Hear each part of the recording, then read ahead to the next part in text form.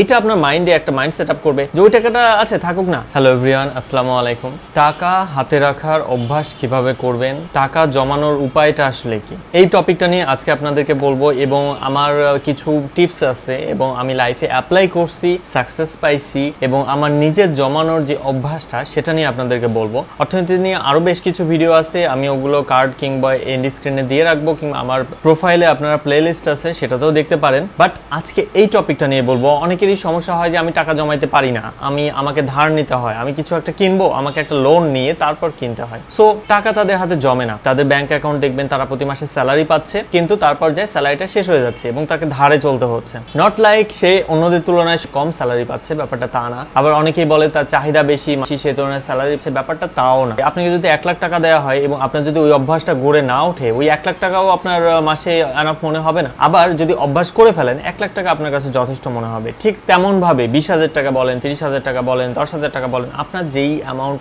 আছে, যে অ্যামাউন্টে বেতন আপনি পান, সেটা থেকে আপনি জমানো অভ্যাস করে তুলতে পারেন। নাও আমি আমার লাইফ স্টোরি থেকে আপনাদেরকে টিপসগুলো দেব, আশা করতেছি আপনারা সেগুলো থেকে ফল পাবেন। আমি ভার্সিটি লাইফ থেকে জমানোর অভ্যাসটা করছি। নাও শুরুতে ব্যাপারটা কিছু, আমি কিন্তু হুট করে ব্যাপারটা করতে পারি নাই। আমি একটা সময় যায় ঠিক করলাম যে বাসা থেকে আমি সেই পরিমাণ টাকাটা নেব যেটা নিলে আমার হাতে কিছু টাকা থাকবে। গড়পড়তা আমার যদি ফর এক্সাম্পল 100 টাকা লাগে মাসে হাত খরচ, কথার কথা, আমি সেখানে 105 টাকা বাসা থেকে নেওয়ার চেষ্টা করা শুরু করলাম। এর কারণটা কি, আমার ফ্যামিলি বলতে পারে নিম্ন মধ্যবিত্ত ছিল। সেই ফ্যামিলিটা হুট করে আমি যদি একটা কিছু লাগে, আমার তখনকার দিনে ছিল অ্যান্ড্রয়েড প্রজেক্ট আমি করব, অ্যান্ড্রয়েড ফোন আমার একটা কিনতে হবে, কিংবা আমার কম্পিউটারের একটা র্যাম আমি আপগ্রেড করতে চাচ্ছি, একটা 1 জিবির জায়গায় 2 জিবি র্যাম লাগাতে হবে। এই ধরনের টাকাগুলো আমি হুট করে বাসা চাইতে পারতাম না, আমার বাসা ফ্যামিলি হঠাৎ করে প্রোভাইড করতে পারতো না। তারা আমাকে প্রতি মাসে একটা হাত খরচ দিতে পারতো, সেটা পারতো। তো আমি তখন একটা সময় যে হাত খরচের মাত্রাটা এমন একটা ঠিক করলাম যে হাত খরচের বেশি আমার প্রতি মাসে খরচ হয় না। ততদিনে আমি প্রতি মাসে কেমন খরচ হয় এর কিন্তু একটা এস্টিমেশন পেয়ে গেছি।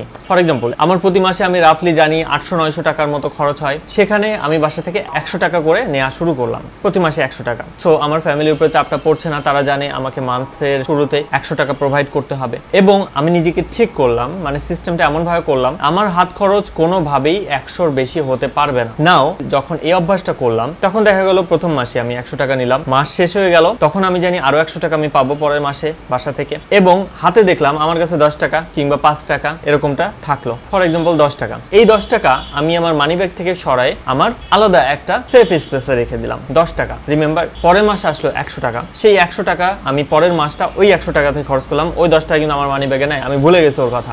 এই যে 100 টাকা পরের মাসে আমি পাইলাম, এই 100 টাকা থেকে আমি খরচ করলাম, এই মাসে দেখলাম যে আমার খরচ হয়েছে 95 টাকা, 5 টাকা আমার এক্সট্রা থেকে গেছে মানি ব্যাগে। নেক্সট মান্থের শুরুতে আমি এই 5 টাকা সরাই ওখানে রেখে দিলাম, তাহলে ওখানে কত হলো আমার 15 টাকা। নেক্সট মাসে আবার 100 টাকা পাইলাম, এই মাসে হয়তো একটু কম খরচ হইলো, আমার মনে করেন 70 টাকা খরচ হইলো, আমার 30 টাকা থাকলো, তাহলে আগে ছিল 15 টাকা, এই 30 টাকা যায় হলো কত, 45 টাকা। রিমেম্বার নাও চতুর্থ মাসে যায় আমার হয়তো কিছু একটা কিনতে হবে, আমার একটা জরুরি কিছু হলো, আমি ফ্যামিলি থেকে চাইলাম না, আমার হয়তো 20 টাকা দামে কিছু একটা কিনতে হবে, আমি ওই 45 টাকা থেকে 20 টাকা নিলাম, নিয়ে আমার অভাবটা পূরণ করলাম। নাইস একটা সিস্টেম, রাইট? নাও এই সিস্টেমটা ছিল স্টুডেন্ট লাইফে, আমার জাস্ট একটা সঞ্চয় থাকতো, আমার একটা কারেন্ট ব্যালেন্স থাকতো, সেভিংস কারেন্ট ব্যালেন্সটা দিয়ে আমি খরচ করতাম, সেভিংস ব্যালেন্সটাতে আমি জমাতাম। না জমাবো কত টাকা আমি যেহেতু জানি না কোন মাসে কেমন খরচ হতো, মাস শেষে আমার হাতে যা বাঁচতো সেটাই আমার জমানোর টাকা।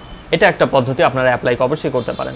কমন একটা পদ্ধতি সবাই বলে, সেই পদ্ধতিটাও আপনারা অবশ্যই মাথায় রাখবেন। সেটা হলো আপনি যখন বুঝে যাবেন যে আপনার ওই 100 টাকা থেকে 95 টাকার বেশি কখনোই খরচ হবে না। নাও এখন আমি একটু স্টেবল ভার্সনে আসি। মনে করেন আপনি জবে ঢুকছেন, জব লাইফে ঢুকছেন, আমি একটু কম কম করে বলতেছি মাত্রাগুলো। জব লাইফে ঢুকছেন, আপনি 10,000 টাকার জব করেন, মাস শেষে 10,000 টাকা আপনার অ্যাকাউন্টে অবশ্যই জমা হয় বেতনটা। তো এই 10,000 টাকা থেকে আপনি দেখলেন কয়েক মাস চলার পর কখনোই আপনার 9,000 টাকার বেশি খরচ হয় না, কখনো বাইরের চেয়ে অনেক কম হয়, কখনো বাইরের চেয়ে মনে করেন 9,000 টাকার মতোই হয়, কিন্তু 9,000 টাকা ক্রস করে না। সো আপনি মোটামুটি একটা গড়পড়তা হিসাব করছেন যে আপনার 9,000 টাকা ক্রস করে না, তার মানে 1,000 টাকা আপনার প্রতি মাসে মোটামুটি এক্সট্রা থাকে। এই 1,000 টাকার আপনি একটা মান্থলি ডিপোজিট করতে পারেন, যে ডিপোজিটটা আপনার অটোমেটিক স্যালারি অ্যাকাউন্ট থেকে এই 1,000 টাকা নিয়ে একটা বলতে পারেন দীর্ঘমেয়াদী 5 বছর মেয়াদী হতে পারে, 10 বছর মেয়াদী হতে পারে, দীর্ঘমেয়াদী একটা অ্যাকাউন্টে জমা থাকবে, যেটাকে আপনি সহজেই চেক দিয়ে অ্যাক্সেস করতে পারছেন না, ওটাকে আপনার ভাঙতে হবে, একটু খাটনি দরকার আছে। তো এটা আপনার মাইন্ডে একটা মাইন্ড সেট আপ করবে যে ওই টাকাটা আছে থাকুক না, মানে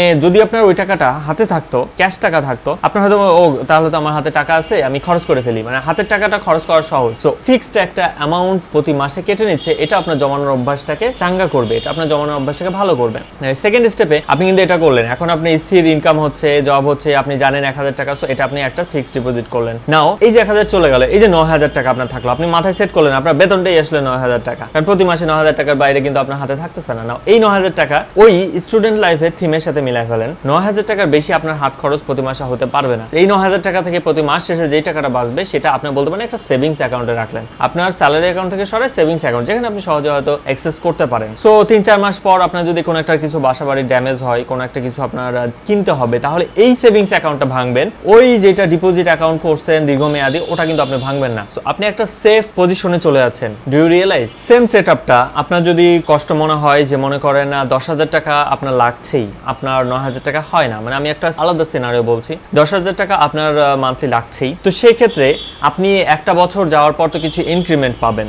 এই একটা বছর যাইতে না যাইতে আপনি চেষ্টা করেন এই 10,000 টাকা থেকে খরচটা না বাড়াতে, পরের বছর যায় যাতে আপনার কোনোভাবেই হাত খরচ বেড়ে না যায়। অনেকেই যেটা হয় যে বছরের পর বছর তারা বেতন পায় এবং তাদের হাত খরচ এবং তাদের মানে চলাফেরা নানান দিকে বেশি সুবিধা নিতে যায়, তাদের পরবর্তী ইনক্রিমেন্টের চাইতেও তাদের বেশি খরচ শুরু হয়, তখন যায় তাদের ধার শুরু হয়। তো আপনি আপনার লাইফ স্ট্যান্ডার্ড বাড়াবেন না, যদি জমাতে চান তাহলে সেম লাইফ স্ট্যান্ডার্ড ধরে রাখার চেষ্টা করবেন বছরের পর বছর। যদি এটা করতে পারেন তাহলে নেক্সট ইয়ারে যখন আপনার ইনক্রিমেন্টটা হবে, যেই পরিমাণ ইনক্রিমেন্টটা হলো সেটাকে আপনি ফিক্সড ডিপোজিটে পরিণত করলেন। আপনি আপনার ওই 10,000 থেকে কমাতে পারলেন না, 10,000 থেকে যে পরিমাণটা বাড়তি পাইতে শুরু করবেন পরের বছরে, সেই বাড়তি টাকাটা দিয়ে আপনি একটা ফিক্সড ডিপোজিট করতে পারেন, কারণ এই টাকাটা তো আপনি এতদিন পাচ্ছিলেন না, এই টাকা ছাড়াও আপনার চলতেছিল, এই টাকাটা আপনাকে এক্সট্রা পাইলেন, আপনি এটা বুঝ দিয়ে আপনি কিন্তু ওই টাকাটা দিয়ে একটা ফিক্সড ডিপোজিট লং টার্ম করে ফেলতে পারেন। আমাদের সবকিছুর উদ্দেশ্য হলো যে আপনার টাকা জমানোর অভ্যাস করা। নাও ফিক্সড ডিপোজিট জমে গেল, 5 বছর হয়ে গেল, এই টাকাটা আপনি কি করবেন, এই যে বড় একটা অ্যামাউন্ট, তখন মনে হয় এটা দিয়ে একটু খরচ করি কিংবা সকালাত পূরণ করে এত টাকা আছে, এটা না করে এটাকে